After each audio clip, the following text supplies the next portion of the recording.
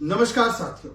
संविधान में शैक्षणिक, आर्थिक और सामाजिक पिछड़ेपन के आधार पर आरक्षण देने की बात की गई है। हमारे संविधान में धार्मिक आधार पर आरक्षण देना यह जायज नहीं माना गया है। हमारे संविधान निर्माताओं ने भी, बाबा साहेब आंबेडकर जी ने भी इसकी कल्पना नहीं की थी, क्योंकि धार्मिक आधार पर आरक्षण देना मतलब बंटवारे के बीज बोना है। इसीलिए आज जब मैं आपके सामने सबसे बड़े सामाजिक अन्याय की कहानी लाऊंगा, तो आप देखेंगे कि किस प्रकार से जो चीज हम फ्रंट डोर से नहीं कर सकते हैं, मतलब कि धार्मिक आधार पर आरक्षण देना, वो किस प्रकार से कुछ राजनीतिक दलों ने बैकडोर से की, वो भी केवल और केवल अपनी वोट बैंक की राजनीति के लिए। वैसे तो ये राजनीतिक दल अपने आप को सामाजिक न्याय का सबसे बड़ा पोस्टर बॉय और पोस्टर गर्ल बताते हैं। जाति के आधार पर आरक्षण की बात करते हैं, जाति के आधार पर उनकी राजनीति भी चलती है, पिछड़ों की, अति पिछड़ों की बड़ी बड़ी बातें करते हैं। परंतु जब आपको ये कहानी पता चलेगी तो आपको समझ में आएगा कि दरअसल ये राजनीतिक दल इस देश के सबसे बड़े राज्य प्रायोजित सामाजिक अन्याय का हिस्सा बने। स्टेट स्पॉन्सर्ड सोशल इनजस्टिस का सबसे बड़ा अध्याय अगर किसी ने लिखा तो इन्हीं 4 राज्यों ने लिखा और इन्हीं राजनीतिक दलों ने लिखा। पर आप कहेंगे कि इस प्रकार की कोई भी कहानी मैंने सुनी ही नहीं है। कैसे सुनी होगी? NCBC, national commission for backward classes, इसको संवैधानिक दर्जा दिया गया लंबे समय के बाद 2018 में नरेंद्र मोदी जी की सरकार में। बड़े लंबे समय तक यह लड़ाई चलती रही कि इस बॉडी को, इस संस्था को संवैधानिक दर्जा दिया जाए। जब संवैधानिक दर्जा मिला तब इस संस्था ने ओबीसी की कंडीशन को लेकर, ओबीसी के हालचाल को लेकर हर प्रदेश में रिसर्च करना शुरू किया। और जब उन्होंने रिसर्च किया तो कुछ चौंकाने वाले तथ्य सामने निकल कर आए। और ऐसे तथ्य सामने निकल कर आए कि लुटेंस की मीडिया इकोसिस्टम ने इस पूरे के पूरे स्टोरी को दबाने का पूरा प्रयास किया, इसे खत्म करने का, इस पर कोई चर्चा ना हो, इसका पूरा प्रयास किया। वैसे तो ये वो इकोसिस्टम है जो स्मैश ब्राह्मणिकल पेट्रियार्की के पोस्टर लेकर खड़ा हो जाता है और बताता है कि वो पिछड़ों का, अति पिछड़ों का, दलितों का, ओबीसी समाज के लोगों का सबसे बड़ा शुभचिंतक है, सबसे बड़ा हितैषी है। परंतु जब यह सामने आया कि किस प्रकार से 4 राज्य में, बिहार, राजस्थान, बंगाल और पंजाब, इन 4 राज्यों में ओबीसी समाज को उनका अधिकार नहीं दिया गया, तो इस पूरी की पूरी कहानी को दबाने के लिए किस प्रकार से लुटेंस इकोसिस्टम अब लगा हुआ है, वो भी आप समझ जाएंगे। पर आइए पहले समझते हैं कि दरअसल ये कहानी है क्या। तो आइए सबसे पहले बात करते हैं पश्चिम बंगाल की, वेस्ट बंगाल की। वेस्ट बंगाल की कहानी बड़ी दिलचस्प है। वेस्ट बंगाल में 179 कास्ट है जिनको ओबीसी की लिस्ट में रखा गया है। 179 कास्ट ओबीसी कास्ट माने जाते हैं वेस्ट बंगाल में, पश्चिम बंगाल में। ममता दीदी की वहां पर टीएमसी की सरकार है। आपको जानकर यह हैरानी होगी कि 179 ओबीसी कास्ट जो है, जो लिस्ट में है, उसमें से 118 मतलब कि 66% ओबीसी लिस्ट में जो ओबीसी कास्ट आइडेंटिफाइड है, 66% मुस्लिम है। आप बताएंगे कि किस प्रकार से एक राज्य जहां पर 70% आबादी हिंदुओं की है और मात्र 27% आबादी मुस्लिमों की है, वहां पर उनके ओबीसी के लिस्ट में, जहां पर 179 कास्ट आइडेंटिफाइड है, 118 मुस्लिम जातियां हैं। क्या यह तर्कसंगत लग सकता है? इससे पहले 2011 में जब ममता दीदी की सरकार आई, तब वहां पर जो ओबीसी लिस्ट थी उसमें 53 मुस्लिम जातियां थी, 53। आज 118 है। मतलब कि ममता बनर्जी जी के आने के बाद 2011 से लेकर 2022 आते आते जो मुस्लिम लिस्ट है ओबीसी में, उसको 53 से 118 तक बढ़ाया गया। मतलब 65 जातियों को जो मुस्लिम हैं उनको इस ओबीसी लिस्ट में जोड़ा गया। और उसी कालखंड में, मतलब 2011 से लेकर 2022 तक, हिंदुओं की जो ओबीसी लिस्ट थी उसमें केवल 7 लिस्ट को जोड़ा गया। इसका मतलब 2011 में जहां पर मुस्लिमों की संख्या 53 थी और हिंदुओं की संख्या 54 थी ओबीसी लिस्ट में, वहां पर 2022 आते आते मुस्लिमों की संख्या लिस्ट में 118 हो गई और हिंदुओं की संख्या 61 हो गई। मुस्लिम की लिस्ट 65 से बढ़ी और हिंदुओं की लिस्ट मात्र 7 से बढ़ी, उस प्रदेश में जहां पर हिंदुओं की संख्या 70% है और मुस्लिमों की संख्या 27% है। अब इससे कई सारे सवाल निर्माण होते हैं। क्या ये सामाजिक अन्याय को आगे बढ़ावा देने वाला काम नहीं है? क्या ये एक तरीके से ओबीसी आरक्षण को मुस्लिम आरक्षण में तब्दील करने की ये सबसे बेहतरीन स्ट्रैटेजी नहीं है कि जो डायरेक्टली नहीं किया जा सकता, मतलब कि धार्मिक आधार पर मुस्लिमों को आरक्षण नहीं दिया जा सकता, तो आपने बैकडोर से मुस्लिमों की जातियों को ही ओबीसी में जोड़ते रहे ताकि ज्यादा से ज्यादा फायदा एक वर्ग को मिले और जो हिंदू ओबीसी है उनका अधिकार मारा जाए। एनसीबीसी ने तो यह भी पाया है कि ये जो 118 है इसमें कई सारे रोहिंग्या और बांग्लादेशियों को भी जोड़ा गया है। मतलब कि हिंदू ओबीसी को तो उनका अधिकार नहीं मिला, परंतु रोहिंग्या और बांग्लादेशी जो कि विदेशी है, घुसपैठिए हैं, उनकी घुसपैठ इस लिस्ट में हो गई।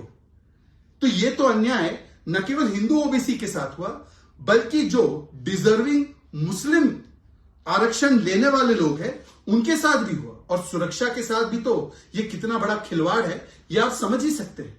पर सवाल यह भी पैदा होता है कि क्या यह सारा का सारा हथकंडा अपनाया गया वोट बैंक पॉलिटिक्स के चलते?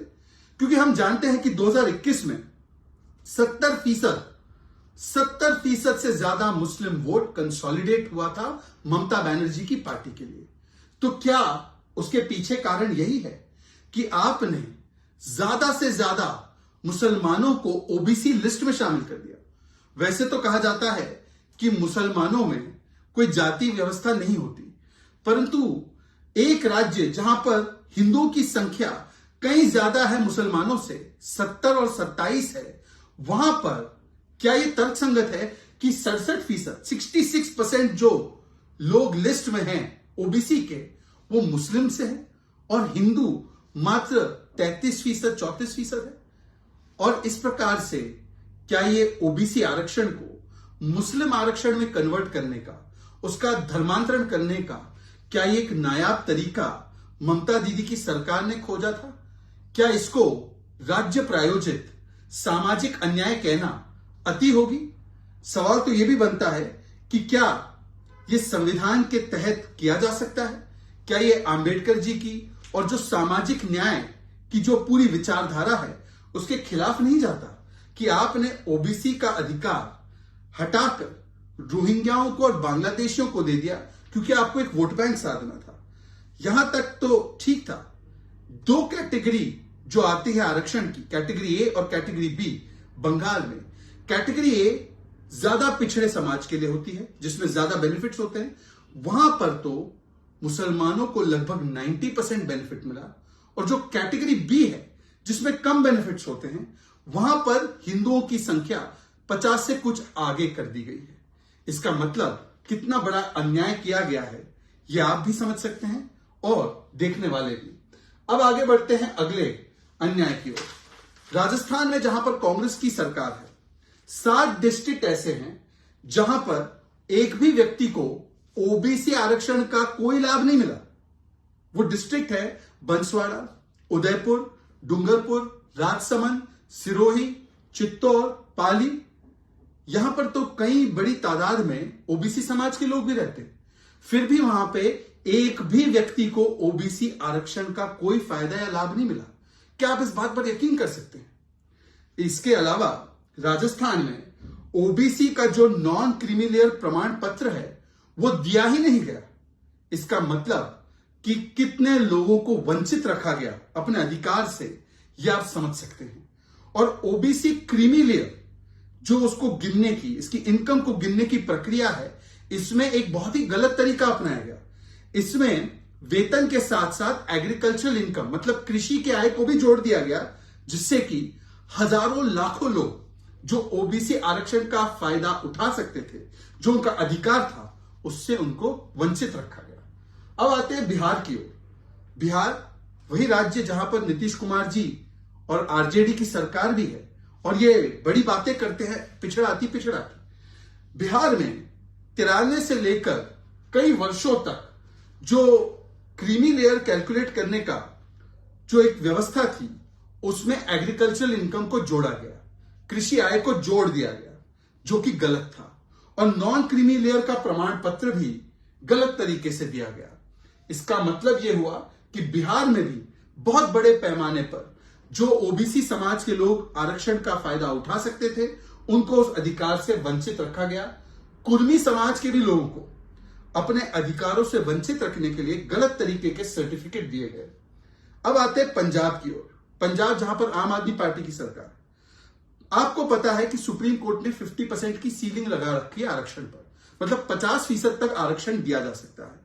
पंजाब में शेड्यूल कास्ट कम्युनिटी के लिए लगभग 25% का आरक्षण है और ओबीसी समाज के लिए 12% का, मतलब कि 37% रिजर्वेशन पंजाब में चल रहा है। 13% का एक गैप है जिसका फायदा ओबीसी समाज को दिया जा सकता था, पर दिया कितना गया? मात्र 12%। दिया जाना कितना चाहिए था? 25%।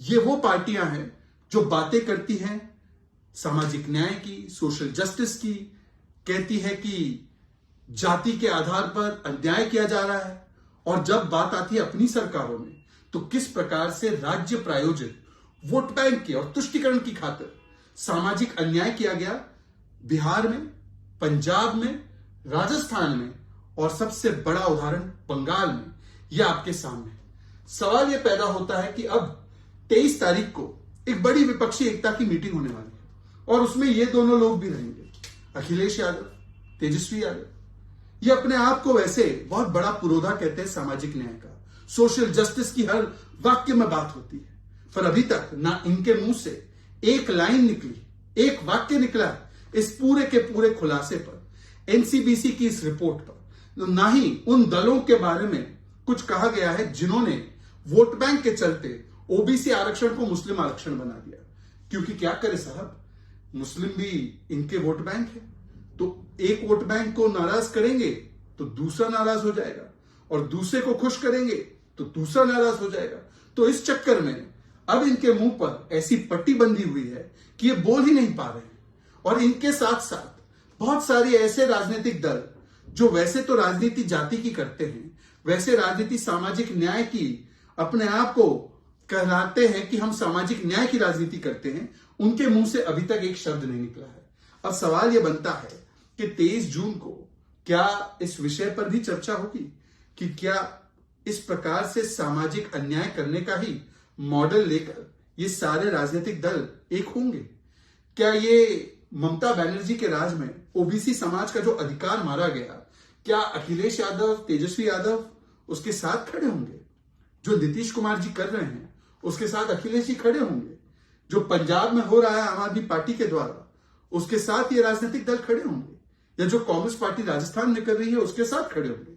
इसका जवाब मुझे लगता है आएगा तो नहीं, पर आपको जरूर मांगना चाहिए। आज के लिए बस इतना ही। जय हिंद, जय भारत।